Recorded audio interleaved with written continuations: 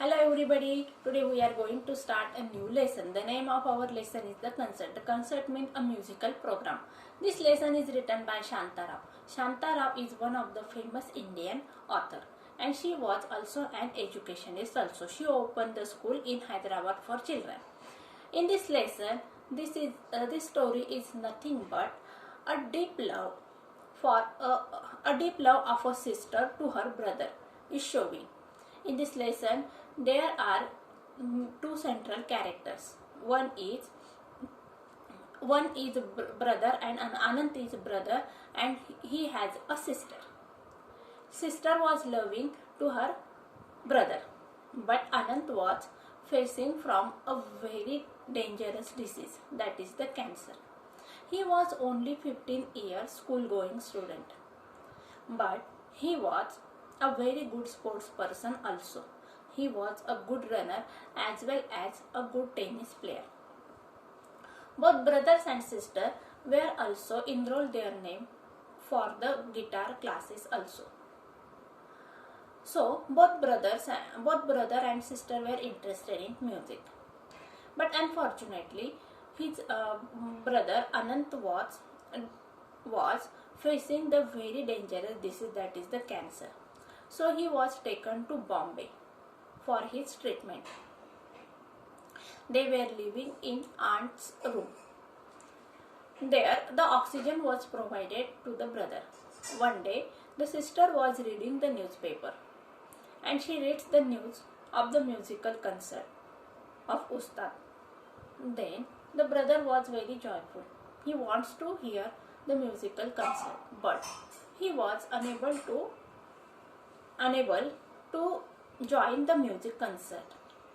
So the father and the sister went to the musical concert. There the sister told all the stories to the Ustad, and Ustad was ready to come to sister's house, that is aunt's house, and there he performed his musical program. And listening to the program, the brother enjoyed his last moment of the life, and he was died soon while enjoying the music. Such a very heart-touching story is written by the Shanta Rao. So students, we are going to read the story line by line. Listen very carefully. बघा विद्यार्थ्यांनो, आपलं लेसनचे नाव आहे the concert. Concert म्हणजे काय? Musical programme. आता हा lesson लिहिलेला आहे शांताराव यांनी.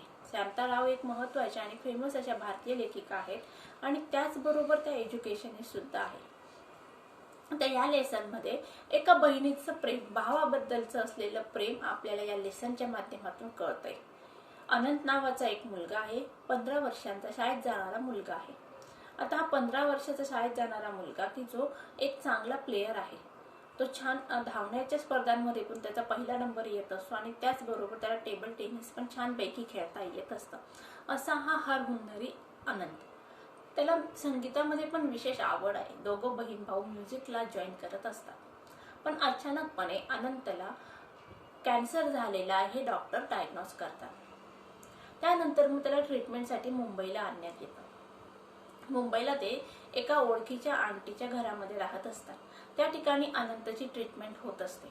आता अनंतच्या कॅन्सर हा लास्ट स्टेजला आलेला असतो. डॉक्टरांनी सांगितलेलं असतं की त्याच्या आयुष्याचे फार थोडे दिवस राहिलेले आहेत. त्याला जे काही पाहिजे किंवा त्याला ज्या गोष्टीमध्ये आनंद येईल त्या आनंद देणाऱ्या गोष्टी तुम्ही त्याच्याबरोबर राहा आणि त्याला आनंद देणाऱ्या गोष्टी जास्तीत जास्त तुम्ही आणा किंवा प्रयत्न करा असं डॉक्टर सांगतात. मग एके दिवशी बहीण काय करते, पेपर वाचत असते आणि पेपरमध्ये तिला उस्ताद यांच्या गाण्याच्या प्रोग्रामची बातमी कळते. ती मोठ्याने वाचते आणि त्याच वेळी आनंद म्हणतो की माझी शेवटची इच्छा आहे की मी ते गाण्याचा प्रोग्राम ऐकावा. आता भावाची शेवटची इच्छा पूर्ण करण्यासाठी या ठिकाणी बहीण धडपड करत असते. आता वडील आणि ती तो म्युझिकल प्रोग्राम ऐकायला जातात. त्या ठिकाणी प्रोग्राम संपल्यानंतर बॅक साईडला ती जाऊन उस्ताद यांना विनंती करते की माझ्या भावाला कॅन्सर झालेला आहे पण त्याला तुमचं गाणं ऐकायचं आहे. मग उस्ताद हे पण मनाचा मोठीपणा दाखवून त्या ठिकाणी तिच्या बरोबर तिच्या घरी येण्यासाठी तयार होतात. मग दुसऱ्या दिवशी सकाळीच उस्ताद आंटीच्या घरी येतात आणि त्या ठिकाणी आनंदसाठी म्युझिकल प्रोग्राम करतात. मग त्या ठिकाणी प्रोग्राम केल्यानंतर ते गाणं इतकं सुंदर झालेलं असतं की वा, आपण दुसऱ्या भाषेत असं म्हणू शकतो की अनंतची ती शेवटची इच्छाच असते की उस्ताद यांचं गाणं ऐकावं, आणि गाणं चालू असतानाच त्याचे प्राण पाखरू त्याचं शरीर सोडून जातात. अनंत आपला जीव देह त्याग करतो आणि या पृथ्वीवरून त्याचं कार्यभाग आटोपतो. अशा प्रकारे आपण असं म्हणू शकतो की अनंतचा जीव हा फक्त गाणं ऐकण्यासाठीच अडकलेला होता. असा हा सुंदर असा भावपूर्ण लेसन आहे, तो आपल्याला शिकायचा आहे. चला मग आता सगळ्यांनी पुस्तक ओपन करायचं आहे. The concert. One morning in a small apartment in a Bombay, a girl of about 16 looked up from the newspaper and said excitedly, Pandit Ravi Shankar's playing tomorrow at Shanmukhananda Auditorium. Baga. One morning in a small apartment in Bombay, a girl of about 16. The age group is given of the girl. The girl is of the 16 years old, and she was reading the newspaper. And excitedly she was reading the news. The news was given that Pandit Ravi Shankar is playing tomorrow at Shanmukhananda Auditorium. There is one auditorium, and there Pandit Ravi Shankar was performing his musical concert. पहिल्या पॅसेजमध्ये आपल्याला मुंबईमधील बातमी सांगितलेली आहे की मुंबईतील एका अपार्टमेंटमध्ये एक मुलगी बसलेली आहे आणि ती न्यूजपेपर वाचत आहे. 16 वर्ष त्या मुलीचं वय आहे आणि त्या बातमीमध्ये तिला लक्षात येतं की पंडित रविशंकर यांचा प्रोग्राम आहे. पुढे बघूया. Said her mother pointing to the figure sleeping on the bed. You will wake up him. You know he needs all the sleep and rest he can get. मग आई काय करते, मुलीला सांगते की अजिबात आवाज करू नको, कारण दादा झोपलेला आहे आणि त्याला झोपेची नितांत गरज आहे. बघा काय सांगितलेले. Said her mother pointing to the figure sleeping on the bed. Mother told daughter that don't make a noise because brother was sleeping and he need a rest at all. Next. But the boy on the bed was not asleep. Pandit Ravi Shankar, he said. Pandit Ravi Shankar, the sitar maestro. He raised himself on his elbows for 1 second, then fell back. But his eyes were shining. We mustn't miss the chance, he said.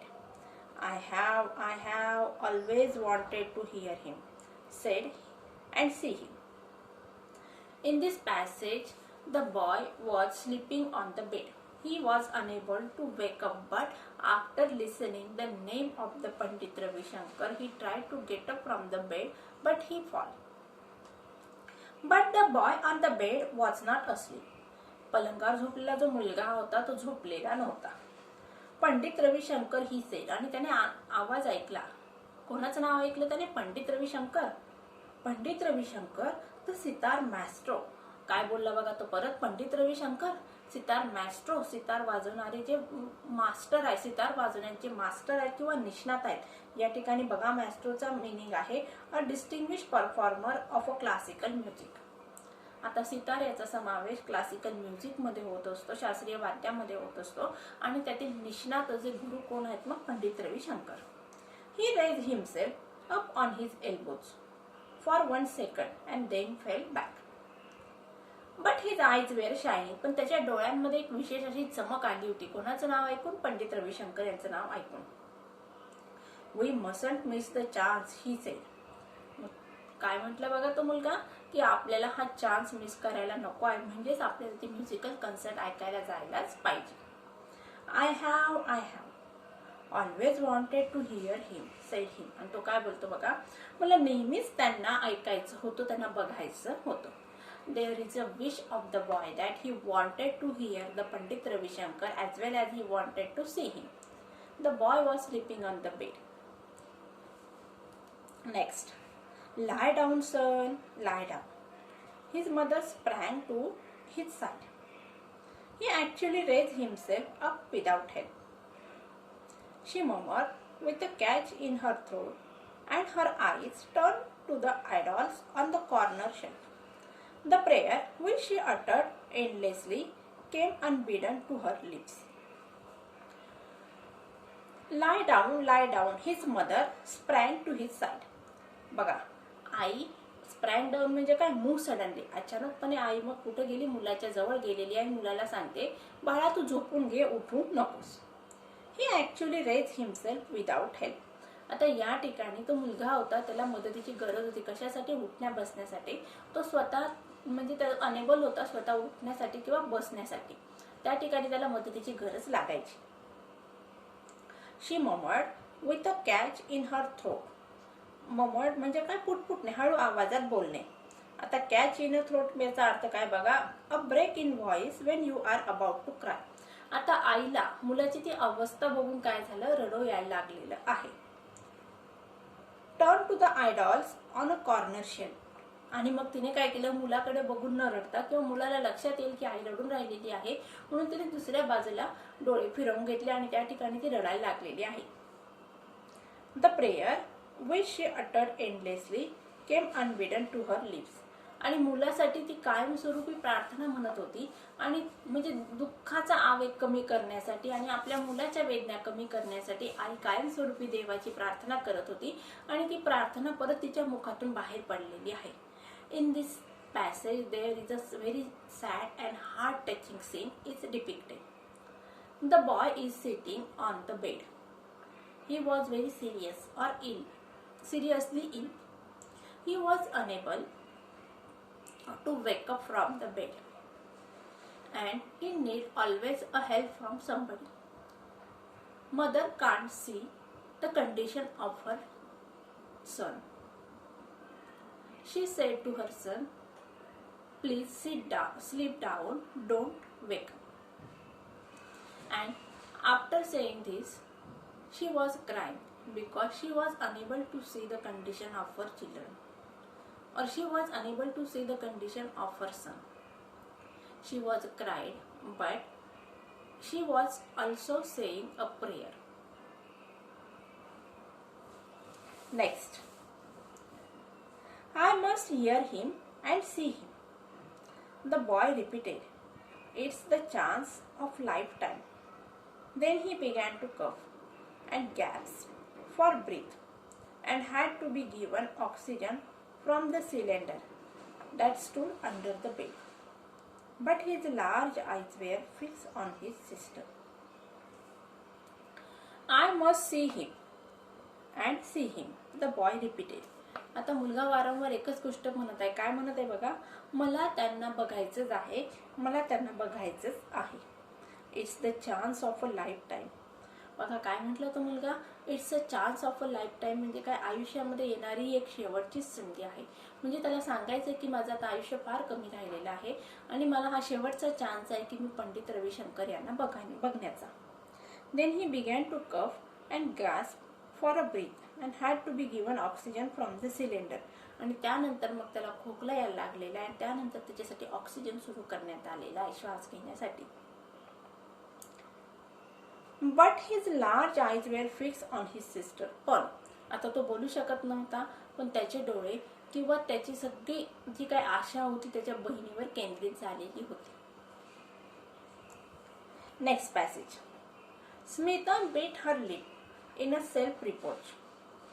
She had been so excited at seeing the announcement that she had not remembered that her brother was very ill. She had seen how the doctors had shaken their heads gravely and spoken words that neither she nor even her parents could understand. But somewhere deep inside Smita had known the frightening truth that Anant was going to die. The word cancer had hung in the air. Her brother was dying of cancer even though she pretended that all would be well and they would return together, a small family of 4, to their home गगनपूर. बघूया, एवढंच passage बघूया, नंतर remaining passage बघायचं आपल्याला. Smita bit her lips in self-reproach.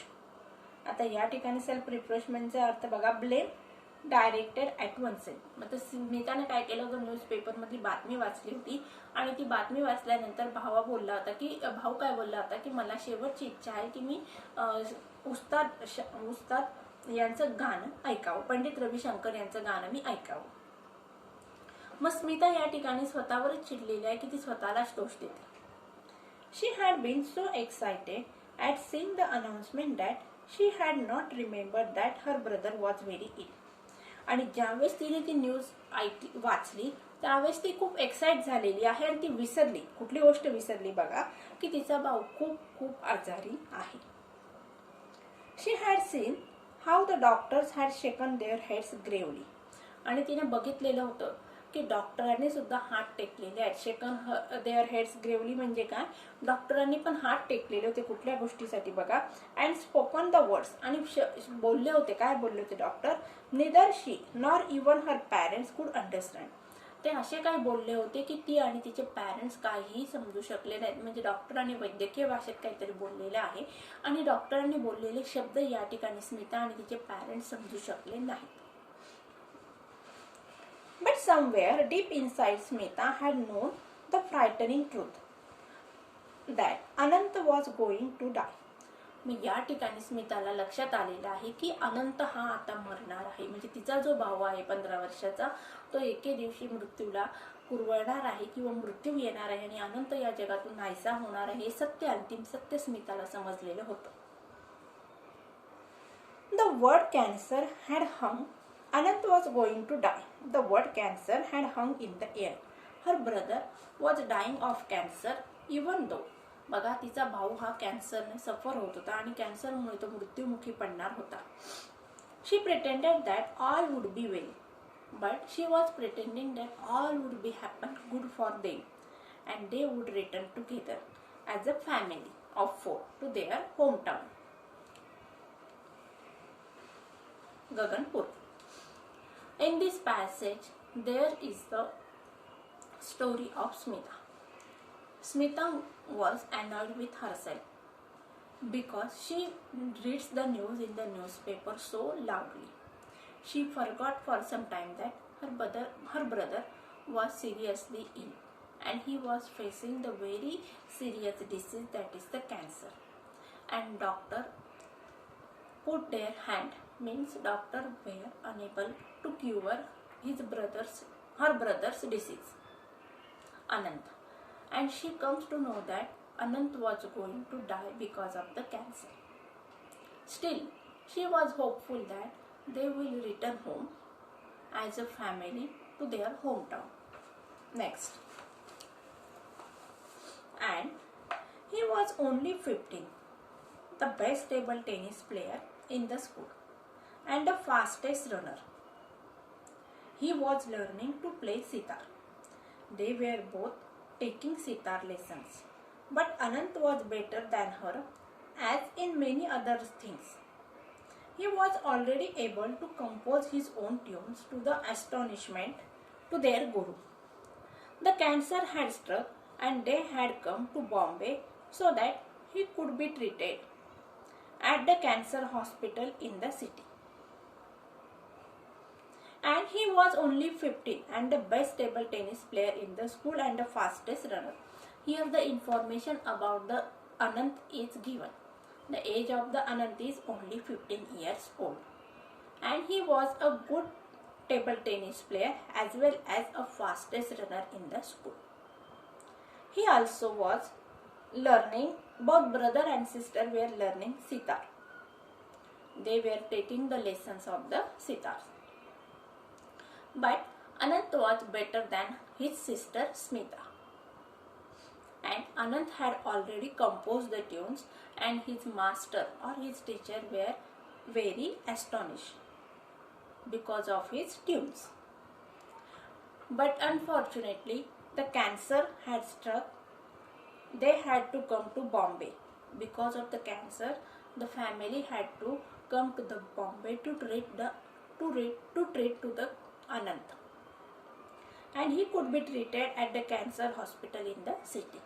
बघा या नंतरच्या या पॅसेजमध्ये काय सांगितलेलं आहे, अनंत हा फक्त 15 वर्षाचा मुलगा आहे. तो शाळेत जाणारा एक विद्यार्थी आहे. तो एक चांगला प्लेयर आहे, धावपटू, उत्तम धावपटू आहे आणि त्याचबरोबर टेबल टेनिस पण तो खूप छान खेळतो. आता दोघं बहीण भावांना सितार वाजवण्याची खूप आवड आहे. त्यामुळे दोघं पण क्लासमध्ये जॉईन झालेले असतात किंवा क्लास ते अटेंड करत असतात. त्या ठिकाणी अनंत हा स्मितापेक्षा खूप उत्तम असतो. त्या ठिकाणी तो स्वतःच्या ट्यून पण तयार करतो आणि या ठिकाणी त्याचं ते ट्यून ऐकून त्याचे गुरुजी पण त्याच्यावर खूप खुश होतात. एवढं सगळं चांगलं घडत असताना अचानकपणे अनंतला कॅन्सर झालेला आहे आणि त्याची ट्रीटमेंट करण्यासाठी त्याला मुंबईला आणण्यात आलं. पुढे बघूया. Whenever they came to Bombay, they stayed with Aunt Sushila.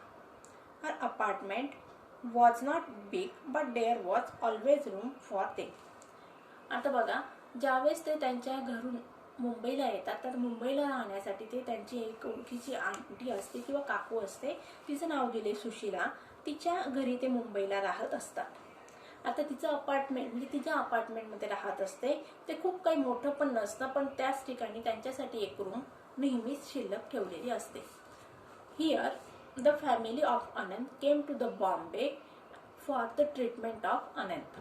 He was facing the cancer and there they lived in a Aunt Sushila's room. Next passage. They had come with high hopes in the miracles of modern science. They told themselves that Anant would be cured at the hospital and he would again walk and run and even take part in the forthcoming table tennis tournament.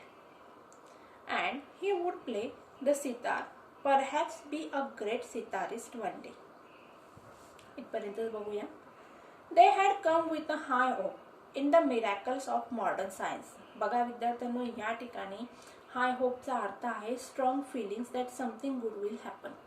आता प्रत्येक व्यक्ती ज्यावेळेस तिला दुर्धर आजार होत असतो किंवा दुर्लभ आणि अशक्य असा म्हणजे जो क्युअरेबल नाही असा डिसीज होत असतो, त्यावेळेस त्याचे फॅमिली मेंबर्स त्याचं जाण्याचं दुःख त्या व्यक्तीचं सहन करू शकत नाही. मग ते कायम होपफुल असतात की नाही, आपले जे नातेवाईक आहेत, बहीण भाऊ जे कोणी असेल ते नक्कीच बरे होतील आणि त्यावेळेस त्यांचा विज्ञानावरचा विश्वास वाढत असतो. मग या ठिकाणी अनंतची जी फॅमिली आहे त्यांना सुद्धा विश्वास आहे कोणावर, विज्ञानावर, की आधुनिक वैद्यकीय शास्त्रामध्ये जे काही प्रगती झालेली आहे त्या प्रगतीच्या द्वारे आमचा मुलगा बरा होईल या आशेने ते मुंबईला आलेले असतात. They told themselves that Anant would be cured at the hospital. मग त्यांनी स्वतःची समजूत घातलेली की अनंत आता हॉस्पिटलमध्ये बरा होणार आहे. And he would again walk and run. तो परत चालणार, परत पळणार. And take part in the forthcoming table tennis tournament. Forthcoming म्हणजे काय, अबाउट टू हॅपन. आणि येणाऱ्या टुर्नामेंट ज्या आहेत टेनिसच्या त्यामध्ये अनंत भाग घेऊ शकतो. And he would play the sitar. And he would play the sitar, perhaps be a great sitarist one day. आणि तो सितार सुद्धा वाजवेल आणि भविष्यामध्ये तो एक छान असा सितार वाजवणारा प्लेयर होणार आहे किंवा एक छान असा उस्ताद बनणार आहे. उस्ताद यांच्यासारखा. कुठले उस्ताद बघा, म्हणजे त्याचे जे गुरुजी आहेत किंवा त्याचे जे आदरणीय असे गुरुजी आहेत पंडित रविशंकर यांच्यासारखा तो उत्तम असा सितारिस्ट बनणार आहे अशी आशा त्याच्या आई वडिलांना होती. बघा इथपर्यंतच. आता इंग्लिश टू इंग्लिश कन्व्हर्सेशन घेऊया आपण. या ठिकाणी in this passage Anand's family means his parents were very hopeful. They were hopeful about the miracles of the science and the medical. They knew that the new advanced medical field was very tremendously changed and their son would be curable. And he would be curable from a very serious disease, that is the cancer. And in future he would take part in forthcoming tournament, that is the table tennis tournament. He can walk, he can play as well. Also in future he may be a good sitarist also. They were very very hopeful. But his condition grew worse with each passing day. And the doctors at the cancer hospital said, take him home, give him the things he likes, indulge him. And they knew then that the boy had not many days to live. But they did not voice They did not voice their fears. They laughed and smiled and talked and surrounded Anand with whatever made him happy. They fulfilled his every need and gave him whatever he asked for. And now he was asking to go to the concert. The chance of a lifetime, he was saying. In the remaining part of the passage, the parents were hopeful that their son would be treated very well, but unfortunately, doctor tells them that and his physical condition become very serious. And doctors told them to the family of the Anand that take him at home. Means not much days were remaining. Anand may be died in some days. So you have to fulfill all his wishes and give him each and everything which he wanted and be happy all the time. बघा आता या पॅसेजमध्ये सांगण्यात आलेले की आई वडील hopeful होते की त्यांचा मुलगा नंतर लवकरच बरा होणार आहे, परंतु दिवसेंदिवस त्याची कंडिशन सिरियस होऊ लागली आणि त्यामुळे डॉक्टरांनी सांगितलं की तुम्ही याला आता घरी घेऊन जा, तो जास्त दिवस जगू शकणार नाही. त्याला जे काही लागत आहे त्या गोष्टी तुम्ही त्याच्या इच्छा सगळ्या पूर्ण करा, त्याला आनंदी ठेवण्याचा प्रयत्न करा आणि तुम्ही पण त्याच्याबरोबर आनंदी राहण्याचा प्रयत्न करा. म्हणजेच या ठिकाणी डॉक्टरांनी आशा सोडून दिली होती की आनंद आता या मेडिकल ट्रीटमेंटद्वारे जिवंत राहील आणि यामुळे आई वडील पण आता खूप दुःखी झालेले होते. आणि या ठिकाणी मग अनंतने काय सांगितले की माझी शेवटची इच्छा कुठली आहे, the chance of a lifetime he was saying, म्हणजे माझी शेवटचीच इच्छा आहे की मी गुरुजींचं कन्सर्ट ऐकावं. When you are better, his mother said, this is not the last time they are going to play. मग आई काय सांगते बघा त्याला, तू बरा झाल्यानंतर आपण तुला त्यांच्या म्युझिकल प्रोग्रामला नेऊया आणि ही काही शेवटचा चान्स नाहीये की ते त्या ठिकाणी आपला कार्यक्रम सादर करणार आहेत. Mother was telling her son that you will be curable and we will take you to the musical program and this is not the last program of your master. So friends, we will continue the remaining part of the lesson in the next lecture. Take care and goodbye.